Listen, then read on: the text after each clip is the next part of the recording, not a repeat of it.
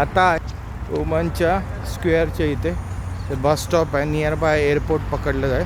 आणि बघा ह्या सगळ्या टॅक्सीज आहेत. मेन बेनिफिट ओमानचं मेन इथे गोष्ट काय आहे की इकडे टॅक्सी फक्त ह्यांचेच पीपल म्हणजे ओमानीज पीपल आहे ना तेच चालू शकतात. आणि ओमानमध्ये जी सर्वात मोठी नोट आहे ती म्हणजे फक्त 50 रियालची.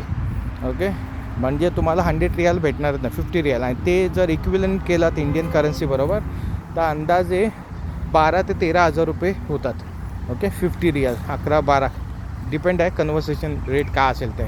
आणि तिसरी सर्वात महत्त्वाची गोष्ट आहे ती म्हणजे अशा पद्धतीने की इथे तुम्हाला डिफरन्स भरपूर बऱ्यापैकी म्हणजे कसं माहिती आहे, दुबईमध्ये राहिलेलं असेल तर दुबईमध्ये तुम्ही अजमान वगैरे त्या साईडला गेलात ना सेम पद्धतीचं ॲटमॉस्फिअर आहे, इतकं काय नाही. आणि इकडे मोठ्या बिल्डिंगी नाही आहेत म्हणजे टॉवर्स वगैरे अशा असतात ना तर तशा बिल्डिंग नाही.